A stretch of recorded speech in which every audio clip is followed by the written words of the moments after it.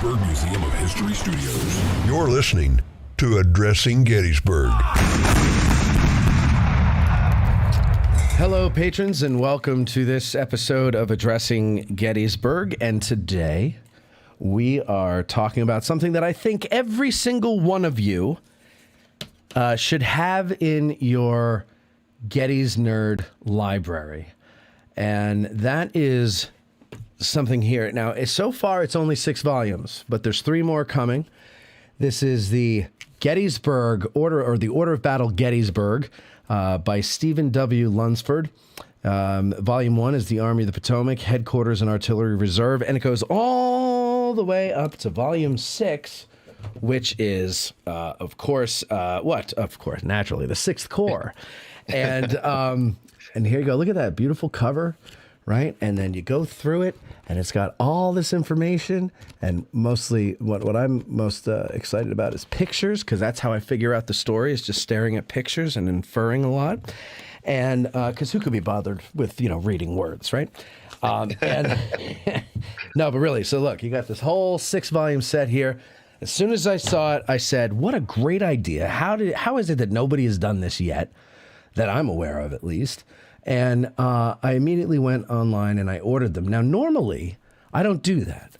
Normally, I get the author to send me a copy of the book, because if I did that, I'd be broke, right? Every time I'm going to interview somebody, I'd be broke if I had to go buy their book. But there's certain ones where I was like, you know what? I don't care. I want it now. I don't want to seem like a cheapskate. Be like, can you send me all 6 of them? Because that's not, it's not cheap. So I said, I'm going to buy it myself, because this is something that I need in the library here at Addressing Gettysburg's Gettysburg Museum of History Studio. So Stephen Lunsford is joining us today.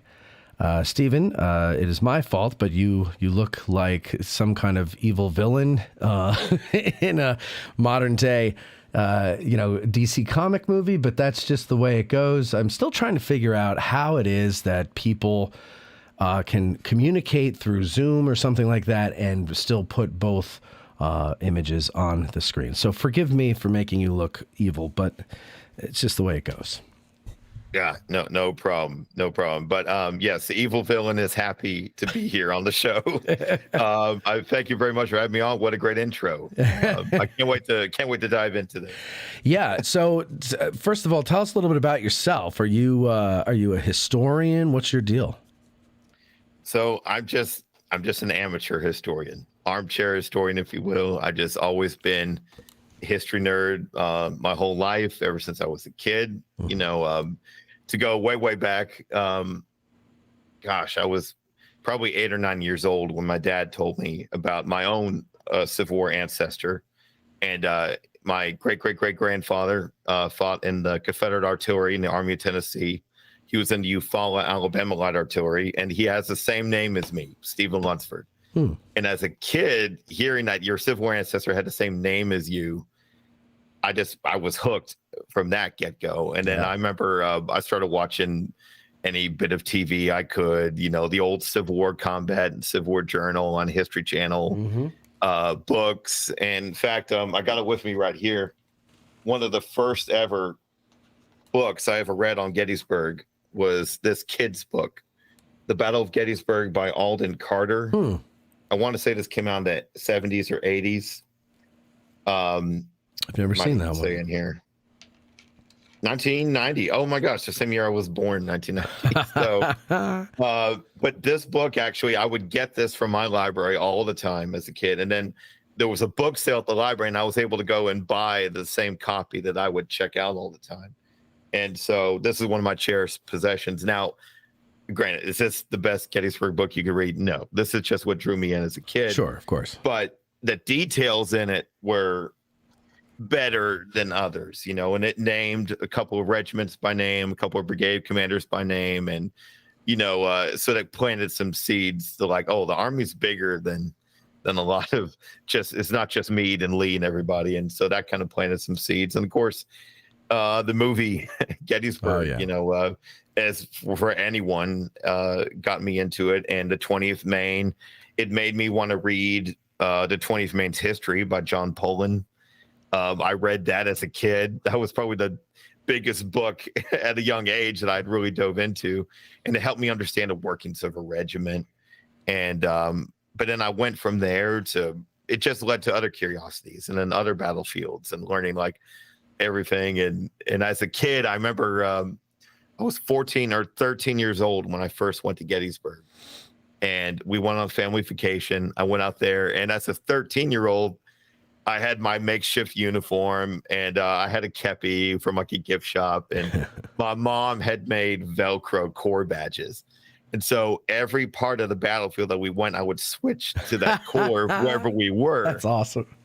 And I'll tell you one little tidbit about that. We went to Little Round Top, of course. I'm wearing the red Maltese cross where the 20th Maine was.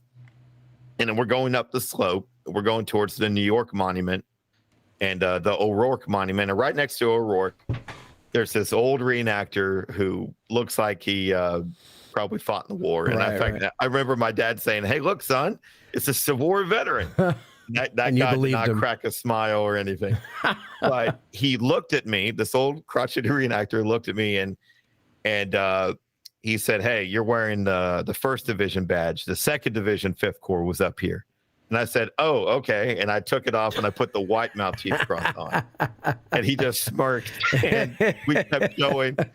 But I don't know if he knew that was coming. Yeah, right. But, no, of course he didn't know that. Yeah, but I loved it. And that whole trip, ever since then, I've been coming back every chance I get. But yeah, I've just been obsessed with regiments and orders of battle. And again, we were talking earlier, I would judge a book by whether it had an order of battle in the back and everything else. But my specialty has always been that and regiments. And so my show, I have my own podcast, Civil War Regiments, I've been doing the last 2 years now. Right. And then some of my other publications have been on regiments. And because I noticed, everyone has their thing, your podcast, there's so many more out there, and all of them are unique in their own way. And I wanted one that kind of was like, none of them really focus just on like regiments or just on these units. And so that's where my specialty came in, that I wanted to do something more for the soldiers and the regiments particularly. And that's what led to this book series. Yeah, I like that idea, though, of doing a show about the regiments, because I don't know if you're aware of this, but I'm trying to, I intend to start a network of history podcasts, and I'm looking for ones, either, ones to produce myself or ones that are already in production, and to, pull them in under our umbrella so that we all, rising tide lifts all ships type of idea. But I want them all to be complementary of one another as far as subject matter goes. They don't have to all be Civil War, but if I'm going to get a bunch of Civil War podcasts, like, I don't really want redundancy. I want, just a full curriculum, if you will, of shows that will help people understand all the different aspects of the Civil War. So that might be a good one. Don't stop doing it. Oh yeah, keep it going until And now, were you a couple of years ago, or it was last year, for the anniversary? We did a video with the Liberty Rifles. Were you instrumental in getting us? Did you invite us to do that? No, man. I was just I was part of it, but I wasn't part of the organizing. I was just there as an attendee. I was in one of the companies. But for some reason, I associate your name with us doing that. I thought you were the guy that contacted Eric about it, but I guess not. You would have remembered that. No, I invited Eric to be on my show to talk about it. Oh, that's what it was. That's what it was. Yes. Yeah. Okay. Yeah. Poaching my producer. Yeah. Yeah. Eric's in the other room right now. Hey, Eric. Right now. That's why he moved. He didn't move back up home. He moved down to you. So, okay. So now, how long does this take you here? And I want to just show the books again. Now we're looking at the First Corps one here, ladies and gentlemen. How long does it take you to compile all this information? Wow. And I mean, because you're not just stopping at brigades, like, you're going down to the regiment level here. Oh yeah. 16th Maine, and then you've got, the monument, picture of the monument, and what is this? I guess this is stuff that's on the monument, the information on the monument. Then you have a quote from Lieutenant Colonel Augustus Farnham. And then a big long quote from Abner Small. Abner. Every time I say that word, I need it to little be Abner. Abner. Abner Small. And so, I mean, this is like a well-researched, thorough book. I mean, this isn't like a pamphlet just listing names of regiments and stuff. This is like a real work. How long did it take you? So I'm going to have to rewind a little bit then. We'll go back to how the idea came about and then why it's structured the way it is. Go ahead. And how it looks. And so, COVID, weird years COVID was, I think it really just inspired a lot of us to come up with great ideas in a sense.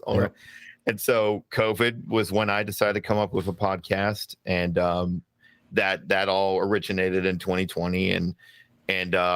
But the next year, 2021, when things started opening up again, my brother actually, for his senior trip, him and his buddy both were dying to go to Gettysburg. Okay. And they're like, you can take us, you could show us around, everything up there. And I'm like, oh yeah. So we planned it. And I was like, this is going to be so cool. And I had some friends up there that we were going to meet up. Shout out to my friend Gus, who lives up in Gettysburg or near there. And we wanted to go, get the full tour, pack it in like a 4-day visit. And my goal of that trip was to kind of get off the road. I will say every trip before then was more or less your basic regular tours, but I wanted to get off the road. I wanted to get on those deeper trails and check out some of the houses and barns. You wanted to get out of the car. Yes, exactly. Good segue to that. And, thank you. Which one of these days I want to get up to one of those. So I'm quite a few hours away, by the way. Yeah, I know. But I love getting up there. But so I take my brother and his friends up there, and we're there for 4 or 5 days over summer 2021. And it ended up being one of the best visits I've ever had. And why was it one of the best? So much, because we just did and saw more than I had ever done the previous like 5 or 6 times I'd been. Is that because you got out of the car and explored? Yeah, we really just deep dived. I mean, I had explored before, but this time, when you go on a tour, when you go on like what my friend was showing me, like he would show me like some of the stuff around town, like some of the graffiti that still exists, like the graffiti on the side of the Jenny Wade House Museum. Yeah. All these little nitpicky things I'd never heard of before. And I was like, it's like a light bulb went off that there is way more here the more you deep dive, and so again, I'd always been down on that regiment company level, but I didn't realize that there was ways that you can see the battlefield, break it down even more like that. And so it inspired me. And then every monument that we would go to see, I would have some kind of story or remember something about that unit. And my brother and my friends were like, so much about all these different things, like, you should do something with that. And so the funny thing is I came home from that trip and I found out about your podcast and the Battle of Gettysburg podcast at the same time. I had always heard of Gary Edelman and the American Battlefield Trust. Sure. Always been watching their videos, and I started like binge watching all of them. And then I started binge watching like Tim's videos with the Adams County Historical Society. And then all of a sudden, Gary name dropped both your podcasts on an episode, and I immediately dove in. And then that added to a lot of the ideas. I'm hearing all these other angles and more detailed information. And I'm like, oh my gosh. And so I start taking notes of all the different books and recommendations, and I'm, deep diving and all the reading I can. And then I get the idea, okay, what should I do with all this? And so I will say it's been non-linear. I've been working on all volumes at the same time. Okay. All 9 volumes. So there's 6 right now. There's 3 more on the way for the Army of Potomac. I was working on all 9 at the same time. I had Word documents and PDFs open for each of them. So is it just as you were researching, you'd come up with information? Yeah. Okay. So if I was searching old newspapers, I'd be like, oh, there's an account for the 16th Maine. Put it in that file. Oh, the same newspaper has an article about the 1st Maine Cavalry. I'm going to log that away here. And so I was archiving all the research I'm accumulating. And then, of course, every visit, I'm taking pictures. And my goal, the vast majority of the battlefield and monument pictures, I wanted to be myself, the ones that I go to take. And so every visit, hence, I would go and, okay, what monument did I miss last time I went? Okay, next time I go, I'm going to make sure I get this monument and that monument. Right. And so I've been working on this for 3 years now, close, and or since 2021. So been working away at it. And this year, late last year is when I got the manuscripts done for all of them. And then it goes to the formatting process and the publishing process. And so it was last December that I got volume 1 done. And so since then, it's been gradual. Now there's 6 volumes out, and the next 3 close behind. And but I just started doing Army of Potomac only. And so Army of Northern Virginia, I'm still in the early stages. But you are going to do the Army of Northern Virginia. Yeah. And I lest can't tell you how our many Southern sympathizing friends go crazy, he is going to do the A&G. Yeah. But first things first, you got to start with the winners. well, I'm also an oddball. I'm here. I'm in Alabama, and even all my favorite sports teams are in the North. I'm a huge Cincinnati Bearcat. And are you born and raised Alabama? No. I have family up there, but I've been here my whole life in Alabama. Yeah. Okay. Yeah. So, all right. So then you do. So I think I'm trying to think. If I were to do that, what you did with this series, I was trying to think as you were describing like how you would work on all of them at the same time as you come across information. That sounds smart to me. But I wonder if I tried to do that, would I just end up, I'm an organizer. Yeah, I just love being organized. I'm not. I mean, it sounds great. Like, it sounds like that's got to be easy. Because, like, let's say, okay, I'm only doing First Corps units, and you read about, say, the 16th Maine, but there's something in a newspaper article, for example, that mentions another regiment that is in another corps. The smart person, i.e. you, would take that and say, that's a 5th Corps story, so I'm going to put that in the 5th Corps, or whatever the hell it is. Yeah. And then, but me, I would try to go, okay, let's make a mental note of that, so that when I get to the 5th Corps, I come back and find this, and I'll never find it. Yeah, no, it's hard. And I will say, as many episodes have I heard of yours and all the other shows out there, is like, I would hear the same quotes all the time. And a lot of times I'd be like, oh yeah, I always hear that same account brought up about how this one guy at Pickett's Charge, blah, blah, blah. Yeah. And I'd be like, dang, but like, well, where was that from? Right. What book was that from? And then what was the original source? Yep. And so I would always take note of that. Okay, where's the primary source there from what this original quote came from? Like, okay, it came from the Harry Fans trilogy. Okay, but where did Harry Fans get it from? And what newspaper or diary did that come from? And so I would follow all these cookie crumb trails. And it is time consuming. And to quote a mutual friend of ours, Martin Husk, who wrote that 111th New York history. Sure. He had to get to a point where I think his wife told him, look, enough is enough. You can go down rabbit hole after rabbit hole, but you have to get to a stopping point. So I had to do the same thing. I remember after almost 3 years of going by, I had to tell myself, okay, enough. There's only so much I could do in here. And, you laid it out. So go ahead. No, go ahead. I laid it out.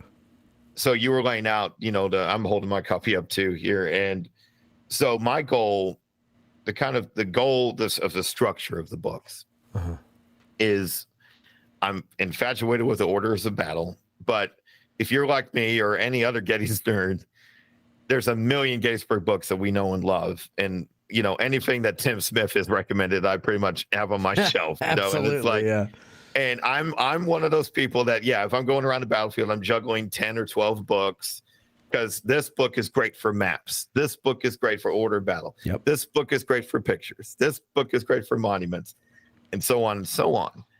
And I would always be like, I want all of this in one place, because I keep having to go and check this and check that. And I was like, I would love to have something where I can just reference all my favorite facts and details in one place. I know. It's brilliant. I'm telling you. And this is why I'm not an author as more as I am a compiler of this. So this is like all my favorite stuff compiled. Yeah. But sometimes that's enough. So you laid it out. So for instance, a profile of a regiment, my goal was, okay, you name the regiment, you get like a picture of the monument. Yep. And when possible, a picture of the colonel, the commander of the regiment. Right. So that was my goal. It was hard to find some of them, but most of them were from those original regimental histories. And so I would get that original image. And then I wanted, okay, where were they mustered in and out? Who commanded them on the field, what their casualties were, all those usual percentage statistics that we see everywhere. And I was like, I want all that in one place. And then my goal, the hardest part of the whole thing, was finding the quotes, finding those original sources. And of course, the official records has stuff to an extent, because the official records, only so much regiments did them, Yeah. A lot of regiments didn't fill it out. And so that's why I had to rely on regimental histories. And so you'll see on each profile, I usually have an excerpt from the official record, official report of the commanding officer. And then I found one or two eyewitness quotes of men in the regiment, whether from newspapers or the regimental history. And that's pretty much your profile on one regiment. It's like everything you want to know in one place, in one spot. And so I wanted it to be where if you're walking around the battlefield and you see a monument, you could just, flip the page and be like, okay, let's read about what these guys did. Because every regiment, every monument has a story to tell. And going back a little bit, that's why like the 20th Maine is so incredible, and rightfully so, but they're not the only regiment at Gettysburg. Sure. And so we'll walk past monuments. We walk past a skirmish line of monument. You walk past some other marker and you don't even give it a second look sometimes. But that marker you just walk past, there's a story behind it. Yeah. Something happened there. Somebody died there. Every individual soldier at Gettysburg has their own view of what happened. Yep. And I know I can go on and on about it. Keep going on and on. I love hearing it. But that was my goal. Right, It's like I wanted everything. Yeah. I wanted everything in one place. And so, granted, these are big, fancy looking books, right? And as of right now, I don't have a box set option. I hope I can someday. So they're all individual. Yeah. But you'll notice, I think fans of your show and my show combined, there's people that are fans. It's weird to talk about now, but there's people that are fans of individual corps at Gettysburg. Yes. Yeah. And there's trending corps. Like right now, the 6th Corps is trending. Is that how do you know that? How are you measuring that? Because I've just been seeing more out there about them. I know the Battle Gettysburg podcast did a 2-parter on them. And there seems to be a little more out there roaming around about the 6th Corps right now. The forgotten which corps. Honestly, they deserve it because absolutely we tend to lump some of these corps into like when it comes to the 2nd Corps, everybody knows like of all the corps, the 2nd Corps might be one of the ones that people know the individual brigades in that corps just because so many of them are famous. Right. But we lump the 11th Corps into, that's the corps that retreated on the first day. Or we lump the 6th Corps as, that's the corps that just came up and did that crazy march. But we don't think of the individuality of those corps. And this is a big organization, 10,000 guys in these individual corps. Like you can't just lump them in a footnote. Right. These guys were responsible for stuff too. Sure. And so I'm a huge, you see the 11th Corps was trending for a while. Like maybe it's just me because I'm looking for this stuff. But like for a while there, I know Stu Dempsey was on a few shows. Yep. James Pula, I think there's been a few. I interviewed the author Brad Jordan, who did the 107th Ohio Regimental History. So there's been some newer books out on the 11th Corps and units within the Corps, and but each Corps, they all did their part. And when you read these original accounts, yes, some of them are embellished when they're veterans and whatnot, but sure. All of them tell their stories of what happened in their field view, because every regiment, their view is just within their battle line. and they don't know what's going on in Copesdale, or they don't know what's going on in Little Round Top. They just know what's going on right there 50 yards in front of them. Yeah, they don't even know that Little Round Top is going on or that Copesdale is going on because all they could see is right in front of them. So the artwork on these covers here. Now this is self-published, by the way, right? You're doing this through Lulu.com.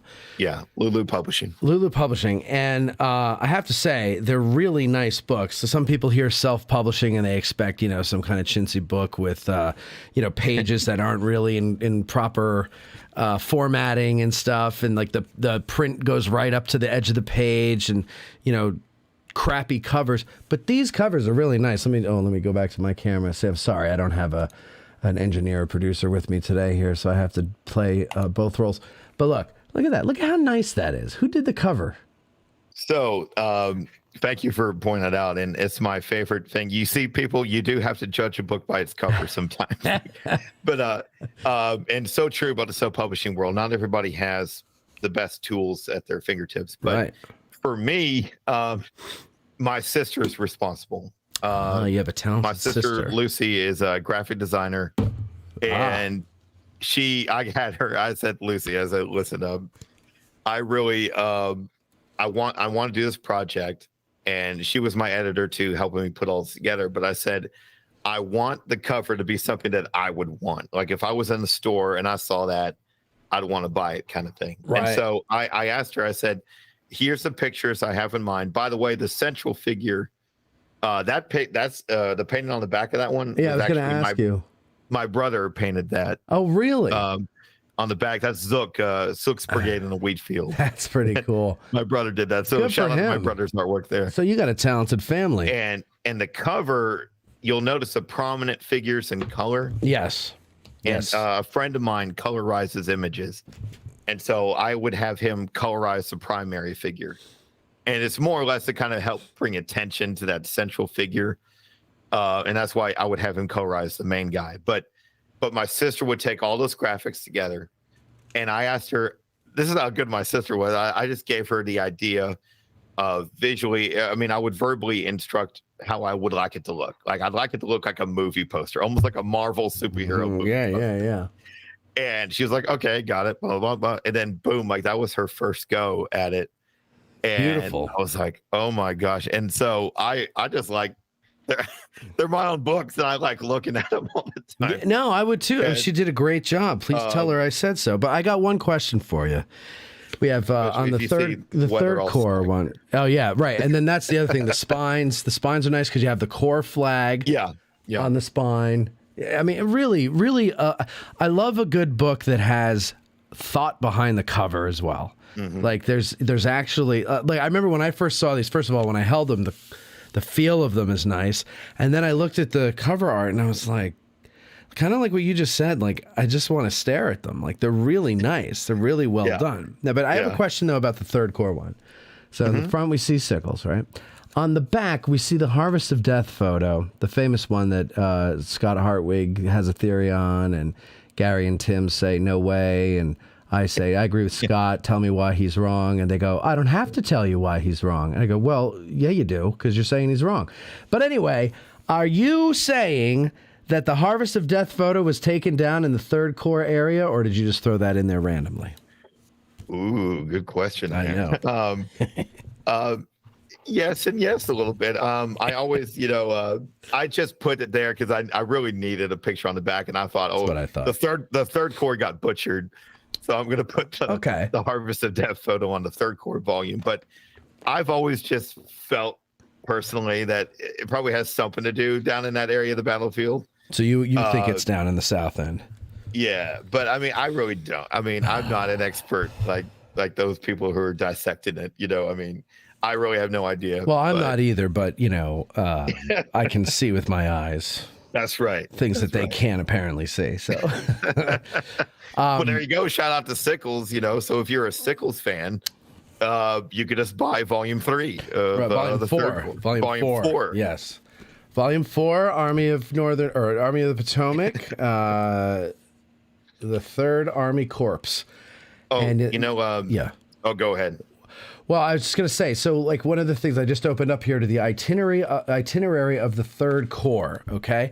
So not only do you get, what units are in the Corps, who the commanders are in the Corps and everything, but you get this here. Let's see. It's basically their timeline. June 5th, 3rd Army Corps at Boscobel near Falmouth. Did I say that right? Boscobel? I think so. I've never heard it spoken. June 11th, 3rd Corps marched from Boscobel near Falmouth to Hartwood Church. June 12th, the 3rd Corps from et cetera, ladies and gentlemen. Right? So so not only that, but I mean, really, Stephen, this is so freaking brilliant. I'm so pissed off that I didn't figure this out for myself and do it first. It really is such a great idea. I mean, think about it. Like Stephen said this before, but I want to give you a little bit more of a detail. You go, I don't know, down to the 3rd Corps line in that area there. All you got to do is just bring this book. You walk around wherever you go. You want to know, you're walking with your cousin, let's say, and he doesn't know much about this. And he's like, well, so what did they do beforehand? Okay, well, you go to the itinerary and you can see how they did it, the whole march up and everything like that. History of Corps badges. Account by Major General Daniel Butterfield. Now, is that in every volume, or is that just the 3rd Corps volume that you put that in? No, so all those initial chapters are all the same in each volume. So I introduced it the same, but right. I mean the itinerary is unique to the Corps. Of course. A lot of those individual things are. Meteorology of the battle, Michael Jacobs. I mean, like, this is stuff that is really freaking handy. Well, and like you said, you don't have to carry a bunch of books with you. Go ahead, one up me. So another detail that I have added to this series is I include in this volume in particular, as you know, there was only 2 divisions of the 3rd Corps at Gettysburg. Right. At that point, that's all that existed of the 3rd Corps was the 2 divisions. Because they rounded up to 2 after Chancellorsville and everything. But after Gettysburg, a few days after, when French's division came from Harper's Ferry, French's division was added to the 3rd Corps. Right. And then it wasn't directly under French for a time. It was under, here I am forgetting my own guy here. I think it was Washington Elliott. That sounds I think Washington Elliott is the one who commanded the division for a brief time. Okay. But this whole I included within this book, I included the entire extra division that wasn't at Gettysburg. And so I have a profile, even though there's no monuments at Gettysburg for these guys. Yeah. So in many of these volumes are going to include those missing brigades, missing regiments that weren't at Gettysburg, but they still have soldiers' diaries. They still have regimental histories. And so I would find these guys wrote about, their own experiences, either hearing the battle or away from the battle or the pursuit of Lee after the battle. And so I went through and added to every volume the accounts of those reserve guys. And so that's my favorite detail of this series is that there's something about all, like, for instance, the PA reserves in the 5th Corps. I include the other brigade that wasn't there, the brigade that stayed in Washington. Mm-hmm. And so in the back of every volume, you'll see an appendix, more or less, of the troops that weren't there. But I still want to give credit to them. Well, and this is another thing I think is really cool because this is often forgotten, but they're still soldiers that serve in the Army. Here on this page, you've got the escort. The headquarters guard, essentially, right? The 6th New York Cavalry Detachment, strength of 51 men, 0 casualties. But I mean, you have it in here, and they only get a page, but they're in here. They're mentioned in here. Really, very comprehensive. Like you said, you're not writing a story. You're not an author. You're a compiler, but you're compiling all the right things. I mean, honestly, and I know this sounds like an infomercial, ladies and gentlemen, but I'm only telling you about this because I feel it's my job to find these things and make you aware of it. Really, I mean, this is such a handy-dandy freaking thing to have. Just open it up to, it's got all the regiments, 5th Michigan, 3rd Michigan, I can keep going, 17th Maine, Let's go back another one. See, oops. Wait. Do you mean there was other regiments from Maine at Gettysburg? Yeah, believe it or not. First U.S. sharpshooters. I mean, it's got them all in here, ladies and gents, and there's more coming. What I want is for people to get inspired to learn. Like, my book isn't the end all be all, but like, it could plant a seed for you to be like, okay, 17th Maine, for example, like, I want to learn more about these guys. I mean, yeah, there's a few accounts in here, but what they did sounds pretty cool. Well, I want to buy their regimental history, or like, exactly. You plant those seeds, because for me, it was all 20th Maine for many years for me. Of course. And the more I deep dove in these projects, is what led me to like, oh my gosh, every regiment at Gettysburg has a story to tell. Yeah. And, and I was just telling someone the other day, like, if me and you and several friends witnessed a storm at the same time, we're all going to have a different story about the same storm. Correct. All of us are going to have a different experience. My house may be totally fine. Your house may have a few shingles knocked off. Somebody else may have a family member injured. Like, it all. So just like at Gettysburg, each regiment soldier, whether they were in reserve or not, or on the front line, you'll notice that there's little treasure troves everywhere in all these units. People back then knew how to write also. Oh, yeah. We're losing good writers these days, but back then, the guys who wrote, they did know how to write. Man. We're losing people who could write at all, let alone good writers. Yeah. No, I know. It's sad. One of our listeners, Richard Snyder, said, I got a set of these after hearing Matt talk about them. They're great. They're great. Great. So, yeah, obviously today, I've been talking about them when I do my little live driving around the town, driving around the battlefield videos. When I got them in the mail, I went on that day and I started telling everybody about them, and I was like, we're going to have them on, but you got to get a hold of these things. Like, you got to have them in your library. You really do. Now, there's 3 corps that are missing. Mm-hmm. Now, I asked you before, you said, well, you're going to do the 11th, 12th, and Cav. And I go, what about the artillery? And you're like, that's part of Volume 1 with the headquarters. So Volume 1 is not the 1st Corps. It's the headquarters and artillery reserve. So this is a whole volume about Army headquarters. Who can name the chief of the commissariat? I can't, but guess what? He's in the book here, Colonel Henry Francis Clark. Never knew that. And his official report is in the ORs too. Yeah, but I have no idea who he is. That volume is very unique in that regard, that I also have all the headquarters regiments that were headquartered with Meade and everybody. But then also, and maybe you could attest to this, but like, somebody did ask me online, even like, do you have the entire Department of the Susquehanna in here? and I don't. I tried to include all the reserves where I could, but that department was so huge, and there's so many militia units, and not every one of them has something about them either. It's very hard to kind of find many accounts. So what I did was I just found, as far as militia goes, I just got the most popular known ones. So that volume, I have a section on the 26th PA. I have the Lincoln Cavalry. What you're talking in the headquarters one, in the first volume? Yeah. The 1st Philadelphia City Troop, the 21st PA Cavalry. Oh, yeah. I just opened to that. That's funny you said that. Which that's the one where it's the first soldier killed at Gettysburg. George Washington Sando.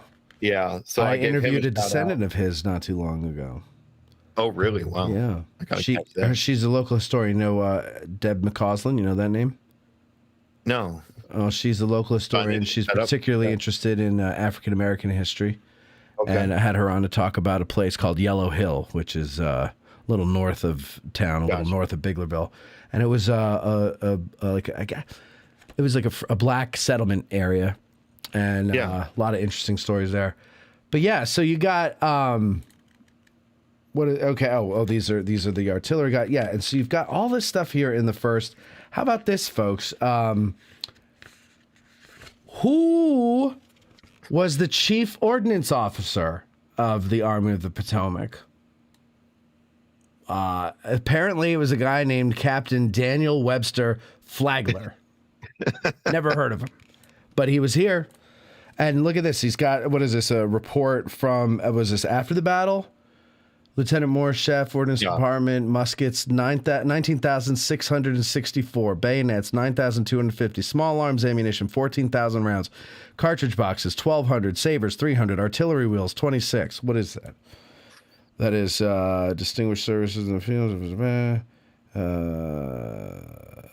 That's a report of ordnance and ordnance stores collected on the battlefield of Gettysburg and shipped to the Washington Arsenal.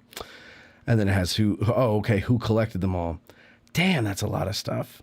Well, I mean, that's the other thing about a battlefield that you don't realize is all the litter and detritus. Detritus? Well, how is that pronounced? The debris. The Debras, all the Debras, and diabetes. Diabetes. I am Wilford Brimley. I have diabetes. He fought at Gettysburg, that guy. He did. Commanded one of A.P. Hill's brigades. Do you know when this is a total tangent, but when they made the movie Cocoon, those guys were in their 50s. Okay, now think back. If you see, you probably haven't seen the movie Cocoon, but you probably have seen. I know it, but right. I haven't seen it. Yeah, I never saw it either, but I remember when it came out. I can picture the actors. They're in their 50s. I know people in their 50s now who are more attractive than people in their mid-20s, and it's hard for it's. I just never understood that how people from a previous time aged quicker than the other way. Whatever, that's beside the point. But you were saying.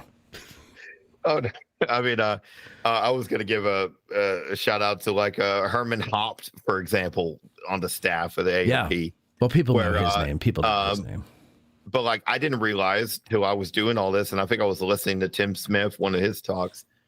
Didn't know he lived in Gettysburg, right? And so I wanted to go and read his memoirs and what he had to say about things. And so it's just all those little.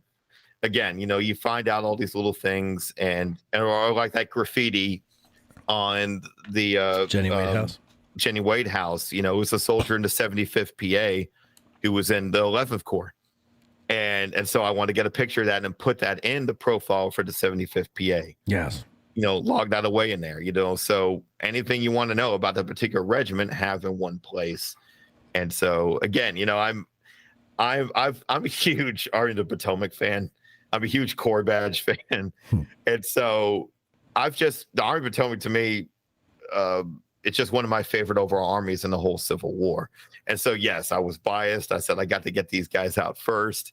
But I'll tell you, as I've been getting this project out there, like I haven't gotten as much feedback as far as like, I'm like, oh, I wonder if people like the volumes. Like the number one question I always get is, hey, where's the Army of Northern Virginia? Of course it is. And I'm just like, I'm getting there. It's like, let me finish the Army of the Potomac first, ass. Yeah. Well, Matt, what about you, Matt? What's your favorite? If you had to pick, do you have a particular corps that you just like to go back to a lot? Well, that you frequent a lot? I'll tell you this. And I always say that I'm envious of people who have a favorite regiment or brigade or corps or division or unit. Like Eric, how he loves the PA Reserves and he loves the Bucktails. He's got two that he's obsessed with. I can't find one. And I think it's because the whole story to me has become... and I'm not saying that for people that have their favorites that it's like a trivial thing, but for me, it's not a trivial thing. It's such an enormous event, war in general, but the Civil War, and it is so beyond my comprehension what any of these people went through that, I'm even impressed, to hear the story of a regiment that never really left a fort and never actually went out into the field and never had a shot fired at them in anger, because whatever their job was during the war was important. Otherwise they wouldn't have had it. Right. And it freed up other units to go out and do the hard fighting and whatever, but it was still nonetheless no less important than the guys that were in the thick of it. Yeah. And so I guess, but to answer your question as best I can, I find myself gravitating towards the first day's battlefield a lot more often as time goes on. Yeah. There are some regiments that stand out: 24th Michigan, the 6th Wisconsin, 16th Maine. Of course, those big ones, and Barlow's division as a whole. Just kind of fascinating to me. I guess it's kind of why the Battle of the Little Bighorn fascinates me, with the exception of like the 6th Wisconsin. These other regiments like really took a shellacking. And so it's like, we all know how it ends. We all know how it ends at the Little Bighorn, right? And so I'm fascinated to read about people leading up to those moments of the end, right? Mm-hmm. And they're just living their lives in those moments the best they know how in that moment, because they don't know what the next moment brings. So you just keep on going. You put one foot in front of the other until a bullet whacks you in the forehead and ends it, right? Yeah. And that to me is, I mean, I know if I were in their shoes, I would be doing the same thing, because that's what you're trained for. That's what you're used to. This isn't their first time at bat. Like, they've done this for the whole war, or for their whole tenure of the war, at least. And so this isn't new to them, but, you're just going through your job as a soldier, and then you're done. And then, in certain ways, the whole unit is destroyed, and they don't wake up that morning thinking that's going to happen. And that's what fascinates me, is that leading into it. So any one of the stories, I don't know, it just really gets me. But right now, I think the First Corps, and I think it's because I'm still having my writer's block, trying to write my narrative for July 1st. Oh, wow. And I've had it for 2 years. And it's because now I'm into the battle. In the narrative episodes leading up, we got up to June 30th. It was mostly from a 30,000 foot view, and we would jump down once in a while. But now we're at ground level, and there's so many stories to tell. Which stories do you tell without being redundant, because everybody has told them? Mm-hmm. But you don't want to admit some of those because they're told over and over again, because they're really compelling stories. But what other ones are there that maybe don't get as much attention or any attention, and where can I find them? So I'm kind of in this point for the last 2 years. I call it writer's block, but to me, it's really writer's absorption. Like, it's like I walk around there and I've got my arms wide open. I'm just like, come into me, like whatever you got, just come. And when people talk about the first day, or when people, if there's a book about it or something, like, I listen and I just absorb, and I wait for it to tell me what to tell. Like, you know what I'm saying? I wait for the story to tell me if I'm going to tell it or not. Yeah.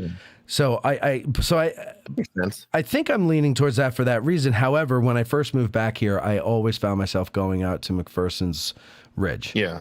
And I think it's because I'm just so fascinated with the origins of things, and that's where it began, and then it just grew to this freaking hell.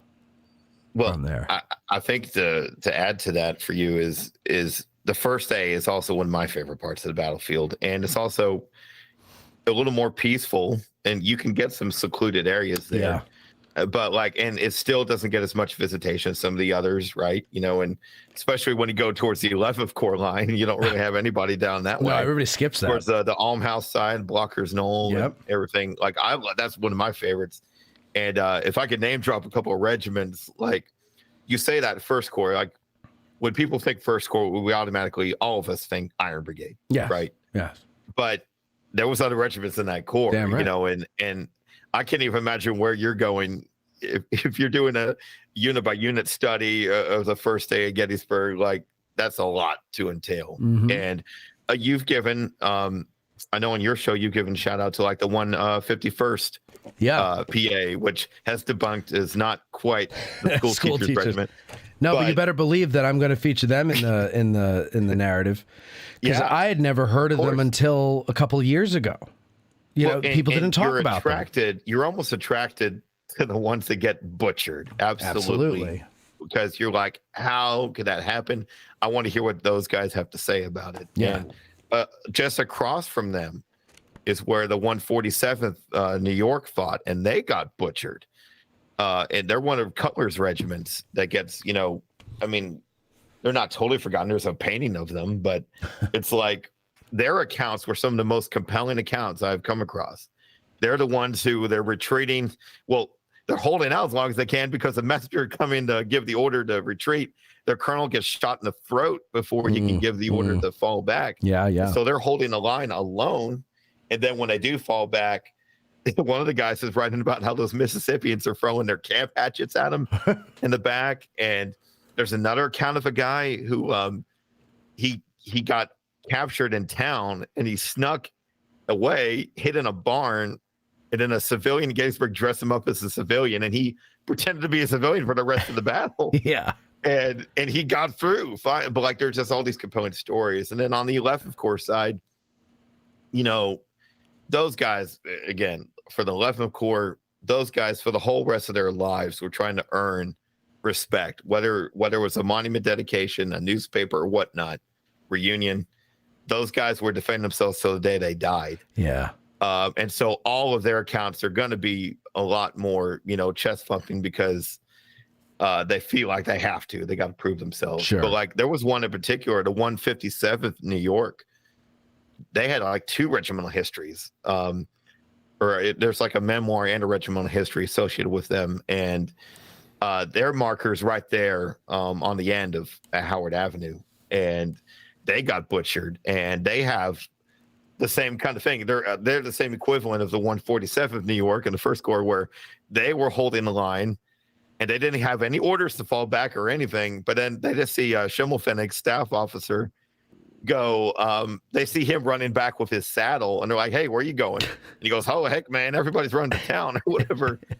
and so they're trying to gradually keep it orderly, But like everyone has their own experience, but like that's what I hope too. Like so. If you are someone who's not sure, every regiment deserves respect. So there really shouldn't be one over the other. But if you're looking for a unit or a brigade or a division or a corps, do you want to pursue more? That's again what my hope is with this project, is to help kind of maybe you read about one group and you're like, wow, these guys sound just as cool, if not cooler than the 20th Maine. Yeah. I want to know more about these guys. Yeah. Okay, what did the 157th New York do before Gettysburg? What did they do after Gettysburg? And it'll help you kind of get inspired for that, Yeah, it's I'm thinking with this book, it will be a lot easier for me. Like I could go and walk up and around the first day's battlefield and take the First Corps book, let's say, and read just enough. Because it's like, this is like a preview. It's like a movie trailer.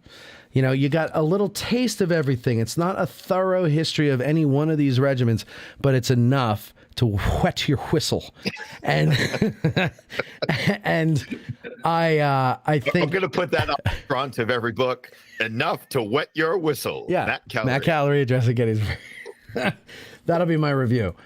I mean, really, it is. It's so great, and it's such a cool idea. I really hope that this takes off for you, because to me, this is like one of those things. I don't know why. Sometimes I get, a little disproportionately obsessed or impressed by things, but I really think that this is something everyone should have in their library.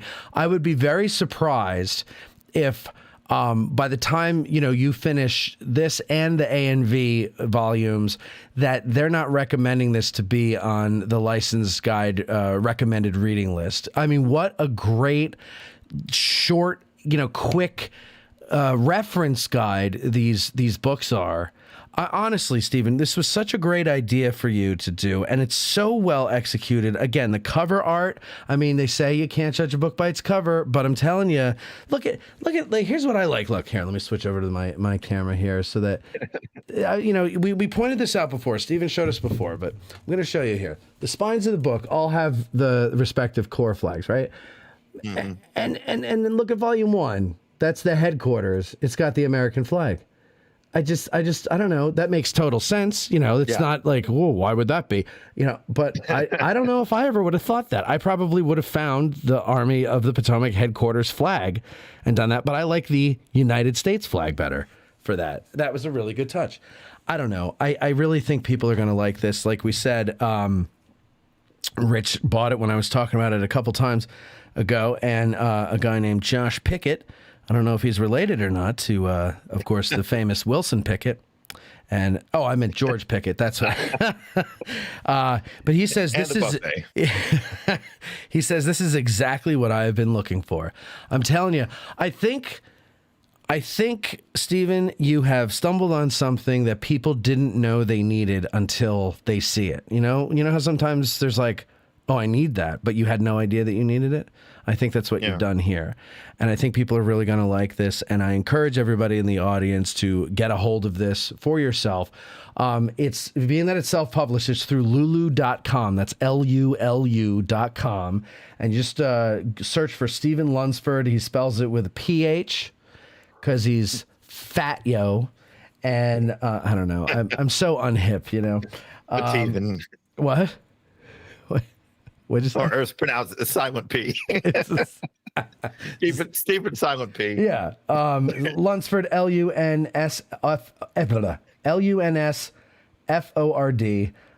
Or you can click the link that I put. If you're watching it live right now, I put it in the comment section. And if you're listening at a later time and date, I will put it in the description there. That's his link tree, and you can go to all of his links there. Also, check out his podcast. What is it? Civil War Regiments? Yeah, Civil War Regiments podcast. It's everywhere. You can find it Spotify, Apple, everywhere where you can get your favorite podcast at. You know how I knew that? It's on the wall behind you. That's how I remembered. Yeah. Oh, wait, what? There it is. Did your sister do that art too? Yeah, she sure did. Yeah, very nice. Yeah, it's one of my favorites. Yeah. No, wait, is that a book that you wrote? That's the first one I did way back. Civil War Regiments. Stephen, you'll have to send me a copy and we'll do one on that. Yeah, I will. Yeah. And this was more, as a kid, I used to do a newsletter for friends. Everything I've always ever done was just for friends and pards. I'm a reenactor, so I do stuff for all my reenacting history friends. And so that was a compilation of a lot of random articles and things I've written over the years. And so my favorite resources all in one for that. And so I just thought one more shout out for the Gettysburg series is at the end of every volume, I also have a section put aside for the field hospitals. So if you're all into the hospital and the wounded and the dying, and those compelling, there's the U.S. Sanitary Commission had many good resources for that, and so I have a whole section put aside for stories and accounts of the hospital sites, and I took pictures of some of those sites and put them in there. And you got maps?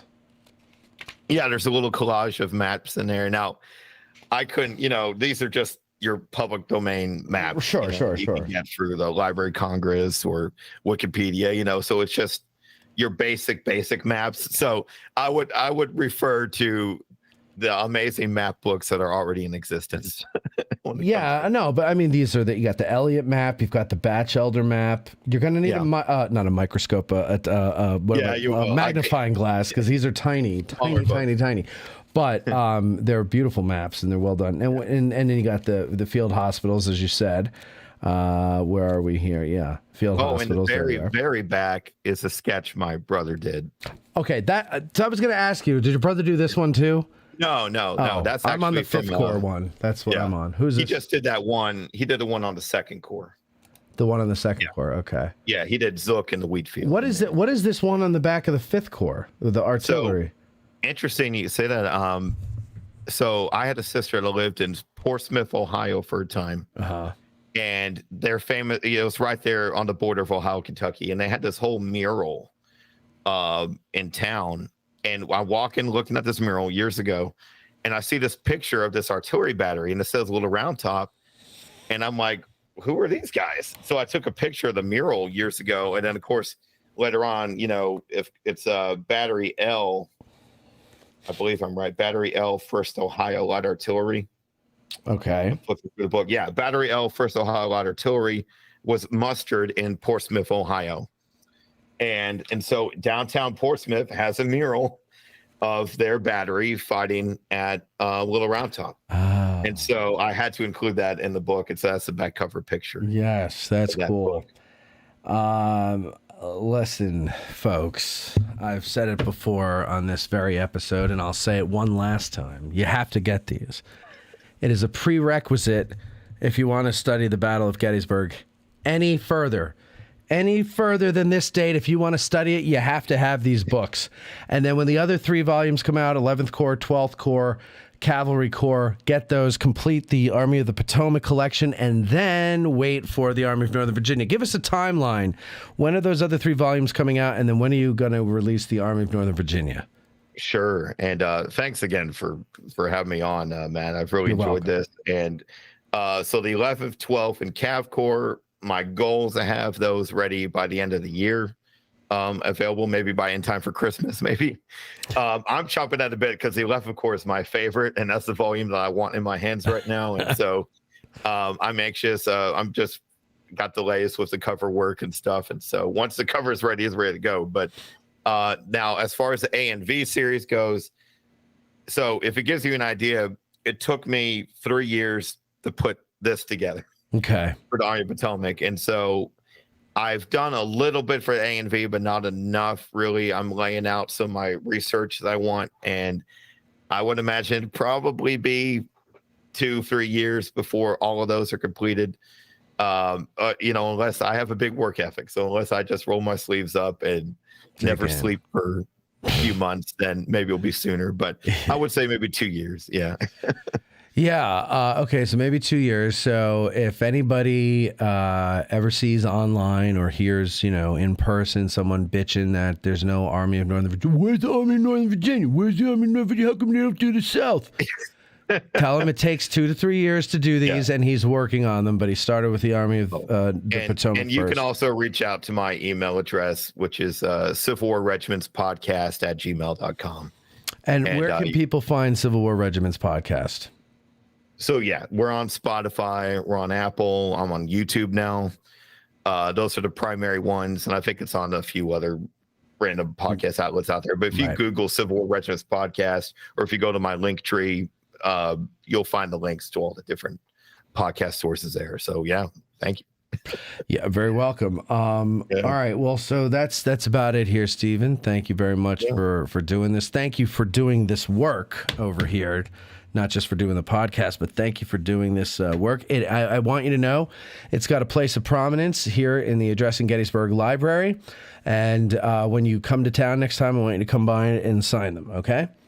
Oh, I sure will, man. I can't wait to get back up there. Yeah. I hope next year be up there. Good. You mean next summer or January? I don't know. It'll be sometime next year. All right. it might be in the off season a little bit. Yeah. Yeah. All right. Cool. I'll hit you up. Yeah. Yeah. Definitely let me know. Yeah. Absolutely. You're very welcome. Really enjoyed this. It was purely my pleasure. I really enjoyed talking to you about this. And again, I love this, and I think it's a great idea. And I can't wait to just take one book, go walk around one section of the battlefield, and get enough information about everything I could possibly want to know about that corps to get me started. If you carry all 9, they get a little heavy after a while. Well, you know what? If you want to carry all 9, you go to Von Dedham & Co. and you ask for one of their beautiful bags. You can get the Leno map bag, or Eric made a new I forget what it's called, but like a briefcase kind of bag. Oh, let me go down the hall and ask Eric if he can make. Yeah, and when you do, would you give him a hug and a kiss and tell him I miss him? Just for my book series. Oh, poor Eric. God bless him. Yes, God bless him. Yes, he is. No, he's a great guy. All right, Stephen, thank you very much. Ladies and gentlemen watching at home and listening on Patreon, thank you very much for tuning in. Thank you for your comments. Go ahead and get your book. Let us know what you think about it. And until next time, that's it. Have a good one. All right. Very good, Stephen. Very good. Well, very good for you, sir. Thank you. Yeah. Appreciate all the shout outs, all the dittos. I really appreciate it, man. Well, listen, I got to tell you something. I can't fake the funk. I either like something or I don't, and if I don't like it, I don't have the person on. And so I really do like this, and I think it's such a great idea. And, it's like I love being my age. I'm 45 now, and it's like the 35, the 25-year-old, the 15-year-old Matt would have been so pissed that I didn't think of this and do it first that I wouldn't have had you on the show. But at this point, I'm at the point where like I just want to see a good idea come to fruition. And if I can't be the guy to have the idea, I want to be one of the people helping to get it attention. So I hope that this works for you. I hope it helps. I hope my audience buys the hell out of these books because I think they're great. Well, and to counter some of this praise, man, your show has really no. I mean, your show has really inspired me and made an impact on what I do, man. Thank you.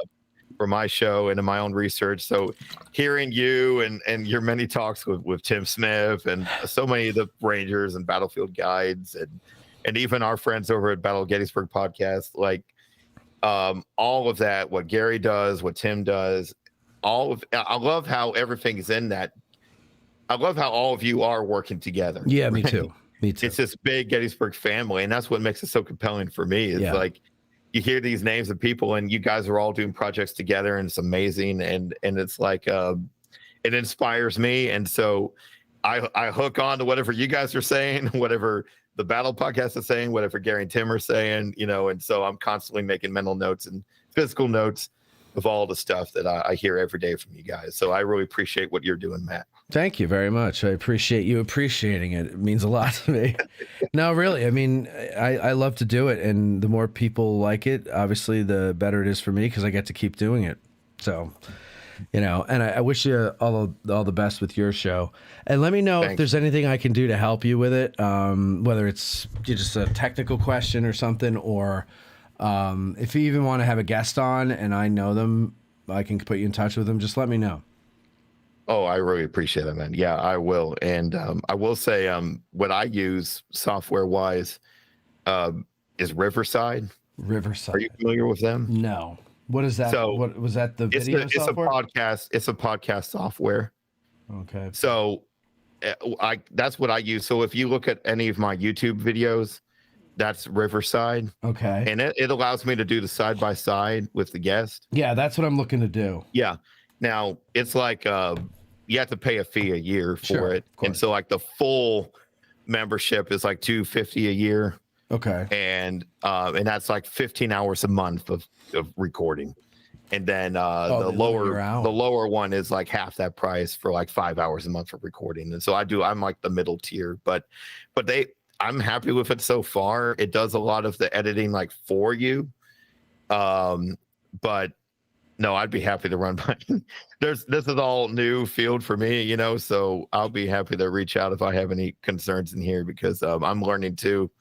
I had a good friend of mine.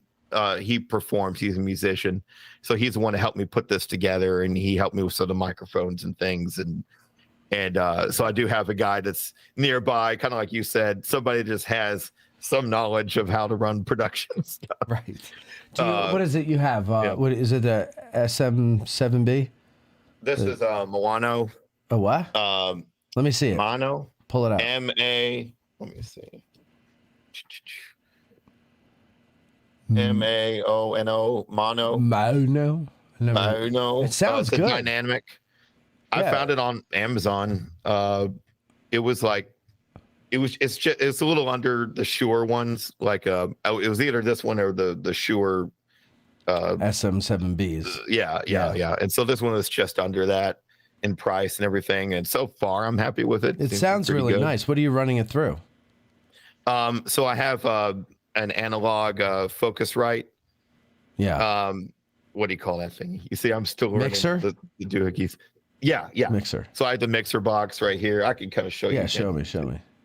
Yeah. This is what I have. That's a shit condenser. No. Interface. Interface. Thank you. Interface. Yes. That's what this is. And okay. I'm having terrible camera skills right now. That's all right.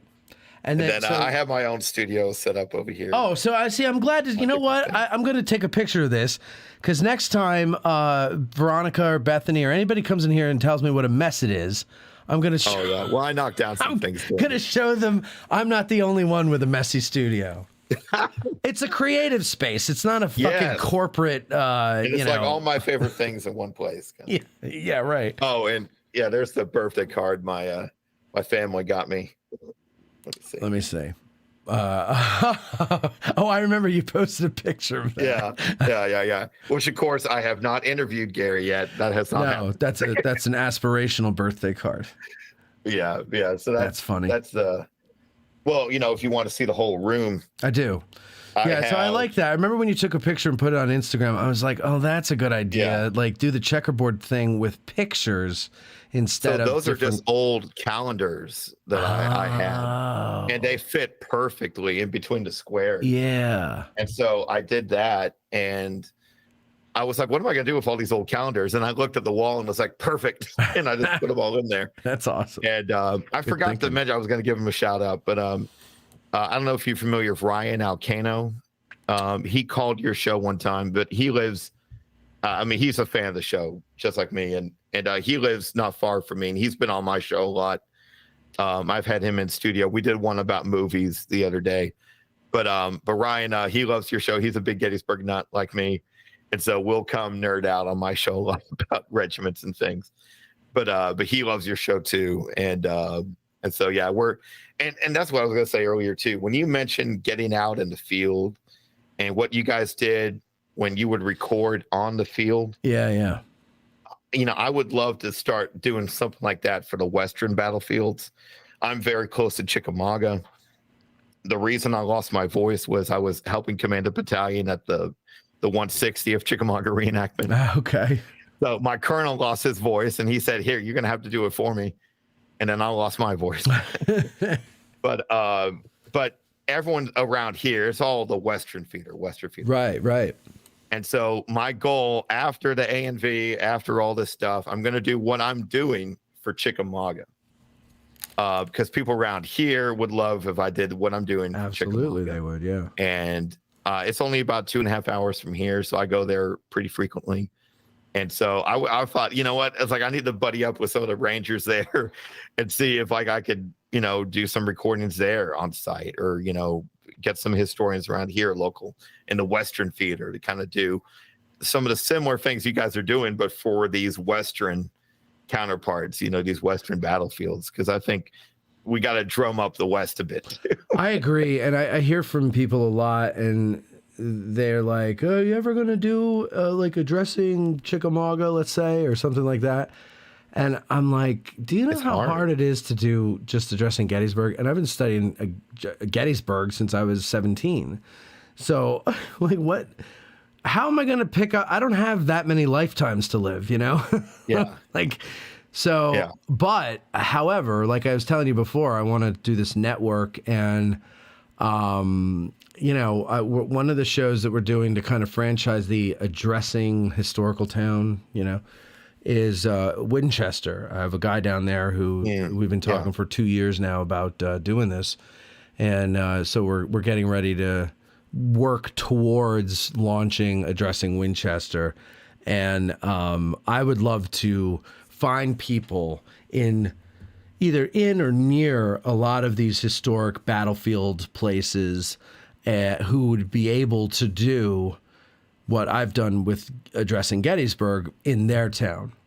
Yeah. And, and make it part of our network here, because I feel that from what I hear from listeners, like the formula that we have where we talk to, I'm not presenting the history. I'm not the expert.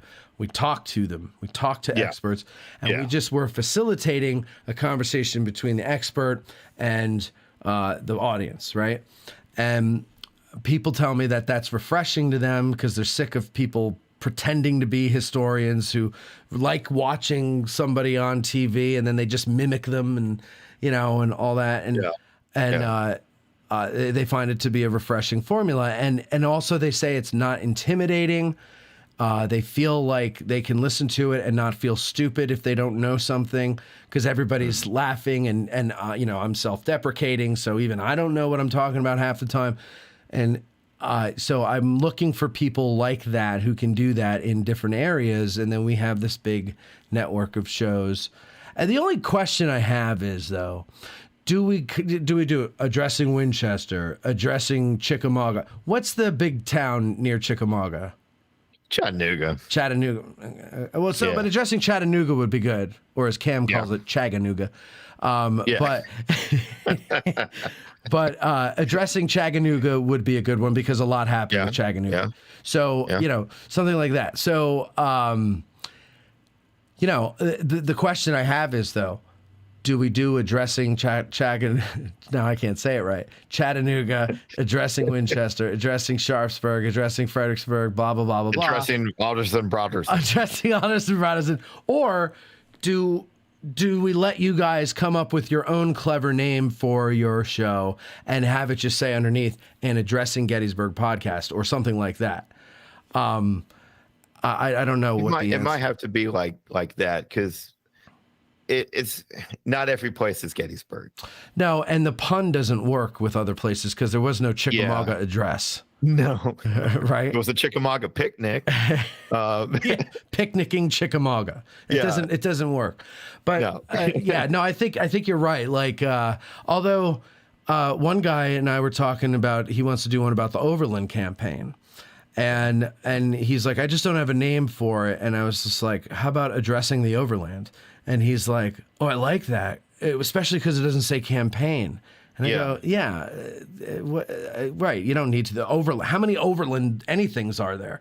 Addressing the Overland. It just sounds interesting. It's at least a name that people will go, So I think we could do a mix of the two. If it works, it works. Yeah. But in the case of like Chattanooga, I don't know. Like if you did a show and you called it Chattanooga chewing through the Civil War, and then underneath it said an Addressing Gettysburg podcast. It's just, or whatever the hell we name the network. We're not going to name it.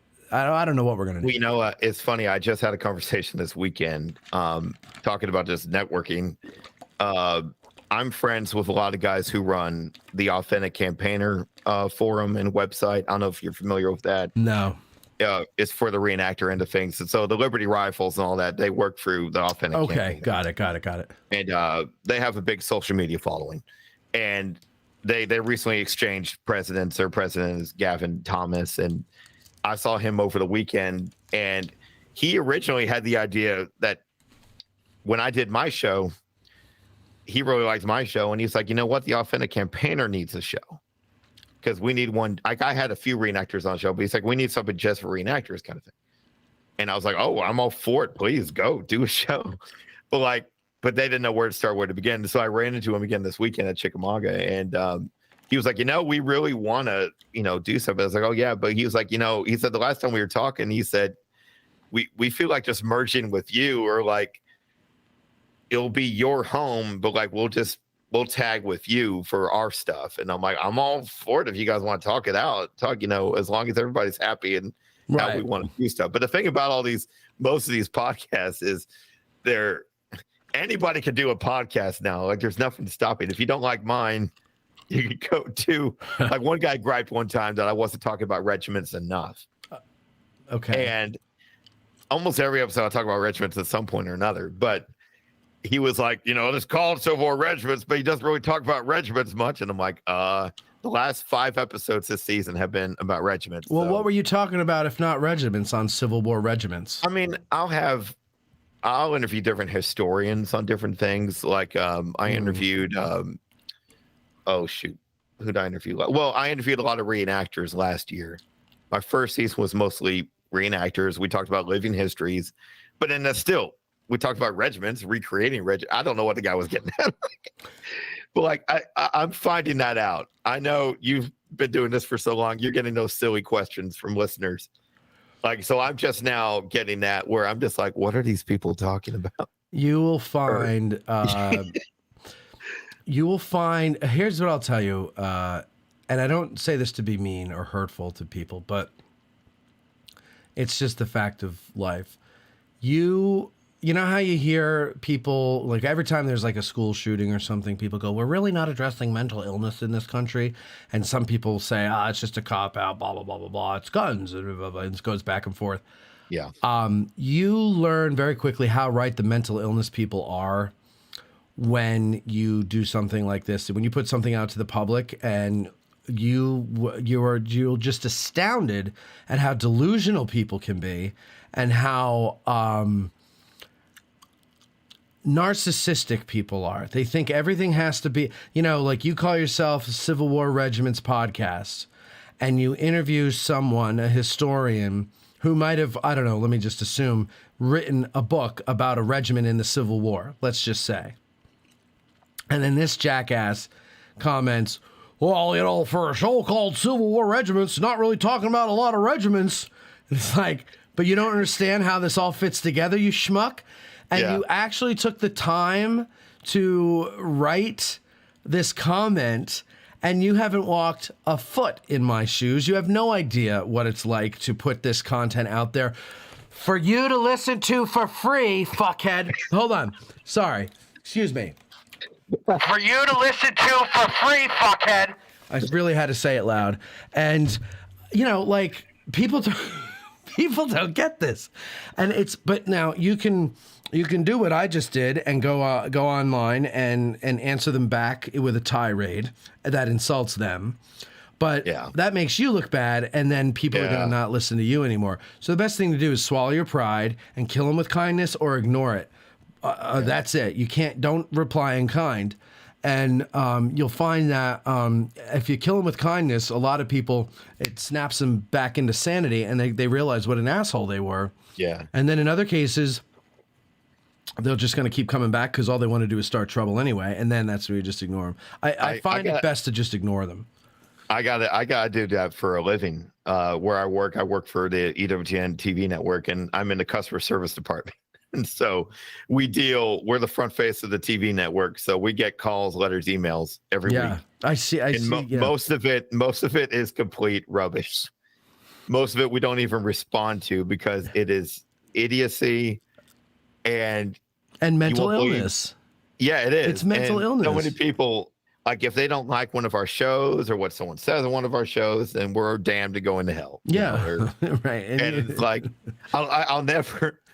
I mean, I can't tell you how many times, like, every week we'll get some lady who, like, I pray 100 rosaries a day and I go to the chapel 7 days a week. But if you fuckheads preempt my favorite show again, I'm never donating another dime. Oh, my God. Okay, they don't say it verbatim like that. But I'm like, how can you say that? How can you claim to be so prayerful and then want us all to be fired or damn us all? They're hypocrites. They're full of shit. I just pray for them and then move on. Yeah, well, that's what you have to do. You can't negotiate with an irrational mind. Yeah. You know, it's impossible. So here's a comment here from somebody, Random Frog, watching YouTube. He says, "Hey, I'm the Overland guy. All right, good to talk to you. I'm glad you're watching are we still here." On the air? Yes. So, well, I'm sorry. I should have told you we were still going there. I ended the show, but I left the live stream going. But don't worry. There's only 2 people watching. And you didn't say anything bad. Don't worry about it. So he says, "Hey, I'm the Overland guy. This has been a fascinating talk, and the idea to get so much info in a book as possible is amazing. I can't wait to purchase the Army of the Potomac books and visit the battlefield with it." See? I'm telling you, people are going to love these books. Yeah. I don't know how they couldn't. I mean, just the look of them. They're just beautiful. I know. They are.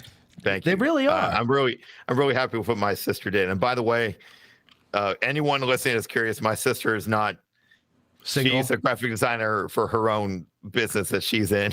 So she's not available for hire? Yeah. Not available. So don't even. It took me a lot just to get her to do that. Oh, okay. Because I was going to ask. No. So her work is insanely busy. And so I'm eternally grateful for her helping me with that. And she taught me how to edit the format of my own book because I use Adobe InDesign to design them. And so she was doing all that for me, but she got to the point where, like, Steven, I can't do this anymore. I'm going to teach you. And so she taught me. You design the layout and everything on InDesign? On my own, okay. yeah. So that's why it doesn't look like your typical self-published book. Yeah. And, I'm all ears. If down the road, if a real publisher picks me up or something, if there's a better way to kind of clean it up or, I'm all ears, to make it a little more presentable. But right now it's, there's gaps, it's very easy to read. Everything's very big and bold but It's also on thick premium paper. So if you're wondering why the price is the way it is too, sometimes we're printing it on thick paper. It's worth every cent, though. I mean, it really is. Yeah. I mean, these are beautiful books. Well, I appreciate it. I really do. Yeah. Seriously, Stephen, I hope that these turn out to be successful for you and they put you on the map, because this is a great idea. And follow through and finish them, please, for the love of God. Finish them. And I'll tell you, the reason I want to go back to Gettysburg in the near future is when the rest of the AOP series is finished, my grand finale celebration will be taking them all to Gettysburg and just celebrating up there. Yeah. I'll bring my family with me, and we're just going to celebrate our own little ditty of just. Well, no. I mean, let me know. Let me know when you want to do that, and maybe we can put on an event based around them. Oh, yeah, that'd be cool. Yeah, let me keep me posted on that one there. Sure. Yeah. Well, God willing, yeah, get them done soon. Yeah. Random Frog, I forget your first name. I wanted to say hey blah, but I don't know. I just sent you an email this morning. But that's how many names I hear in a day. I can't remember them all. If you're still on, just tell me your name so that it doesn't drive me nuts. Okay, Steve, I got to get going. All right, Matt. Going to pick up my key to my new place at 6:00 tonight. Oh, you got a new place you're living? Yeah, my lady and I are moving in to a new place starting tomorrow. Okay. And I think I'm coming down with a cold or something. Oh. I feel something in my nose that doesn't feel normal. Maybe you need some home opener whiskey to celebrate. Yeah. Some hot toddy, if you will. Yeah, there you go. That's what I need right now after this. Yeah, it's just, are you getting like cold rain down there? No, not lately. We haven't had too much. But man, nice I tell you again, I was yelling all weekend at 200 guys in our battalion, and it was also my allergies got kicked up and the hay and everything. Yeah. I think it's 3 different things at once. Jason, that's his name. Sorry. Okay, go ahead. Yeah. All good. But yeah, I don't think I have a cold or anything, but I get bad allergies. I just have bad allergies sometimes. Yeah, I do too. I actually had to get, I had such bad allergies when I moved back here. I just, the first summer was okay. The next summer, I started, like, this gland started swelling in my neck. This, like, my tongue started, on my one side, like, my taste buds got really, like, puffy in just one little area. I'm like, oh my God, what do I have? Like tongue cancer or something? I don't know what it was. And, but I would feel exhausted and like drag through every day and then come home and collapse. And then, I noticed that like from Friday night to Monday morning, as the time progressed, I would feel better. And then Monday morning, I'd go back to work at Gettysburg, which was in the parking lot at the visitor center. Yeah. In a shed. And by noon that day, I would start feeling shitty again, and then it would continue all week.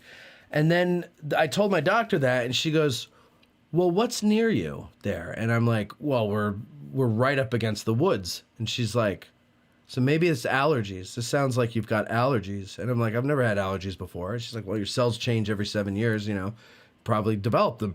So she went and sent me for a test where they take that like panel of needles and plop it in your forearm. Did you ever get this test done? No. It's like a little like rectangular thing, and it's got all these little needles in it that have all the allergies on them, and they push it into your forearm, and they wait a little bit, and then if you're allergic, it's like swells up to a mosquito bite or a big mosquito bite. And the size of the mound of the bump is how allergic you are. Right. Okay. And it turned out I'm allergic to basically everything that grows here. And 90% of the things I'm allergic to were growing right behind the shed. Like literally right outside the shed door. So I was sitting there sucking that shit in all day. And so they're like, okay, we can do 2 things, or one of 2 things. You have to come every week. It's going to be an hour and a half of your time. And you're going to have to sit here, and we're going to give you 2 allergy shots a week for 5 years. I was like, okay, what's option 2? Like, just kill me? And she's like, option 2 is sublingual drops that you do every day for 2 years. And I was like, well, I can't commit to a weekly visit for 5 years. So let's do the 2-year thing. And she's like, okay, but your insurance doesn't cover it. And I go, well, how much is it? She's like, it's like $180 a quarter. And I was like, okay, please let me do that, as opposed to, coming. I could, and they were in Chambersburg. So it's a half-hour drive there, half-hour back. Plus I have to stay there an hour and a half to make sure I don't have a reaction. So, that's like my whole morning on one day every week is going to be shot. So I had to go with the other thing. So, yeah, if you have bad allergies, I would go get an allergy test and insist on the sublingual. Don't do the shots. Shots will be like a commitment that you wouldn't want to handle. So that's my advice. Yeah. Which, fortunately, I do have some medication. I have just nasal spray. I have like a Dymista nasal spray. Yeah. It was a game changer for me because I would go to reenactments and I would sneeze my brains out for 3 days and everybody would be poking fun at me or like, what's wrong with that guy? And I got this nasal spray prescription and it changed the game for me, but it can't fight everything. You try your best to get out the elements and combat a lot of these things. But yeah, I do the best I can. Yeah. I love reenacting. But we're weekend soldiers, right? We're soldiers for the weekend. Right. Like I'm in a cubicle during the week.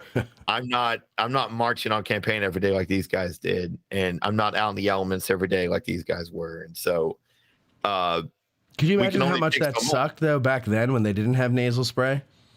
Yeah. Like, what did they do for allergies? Yeah. No. Oh God.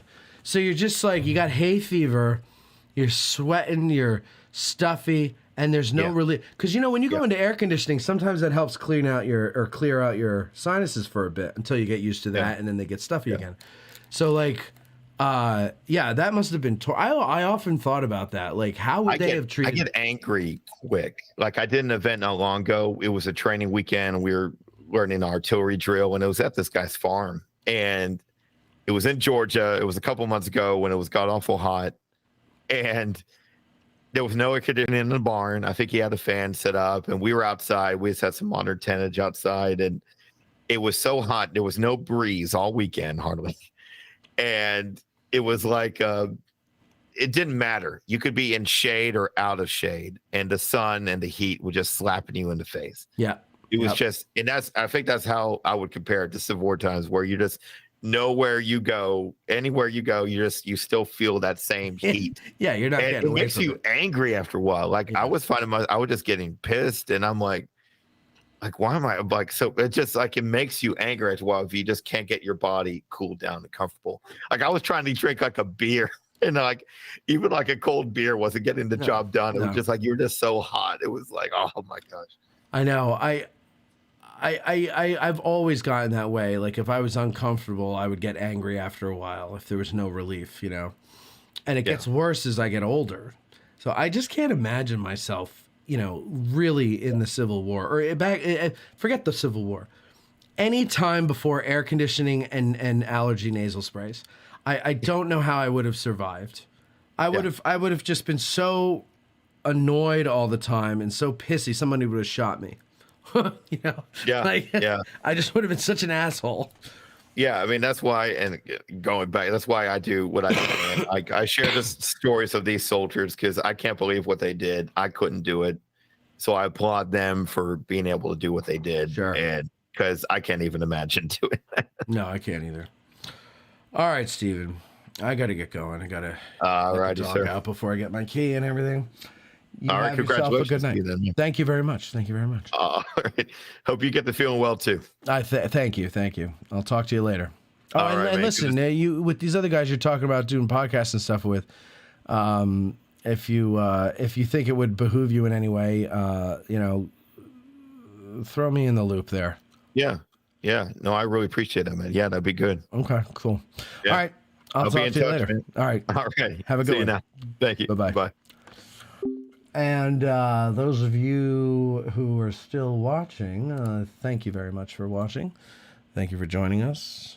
Jason, I will get in touch with you. Like I said, I will get in touch with you ASAP. I'm having a very busy month this month, so bear with me, but we will get this done. We're going to do it right, so that means there's no rush, because if you rush, it ends up sucking. So we're going to do it right. We're going to take our time. Don't worry, we will get there. Otherwise, that's it, ladies and gentlemen. Thanks for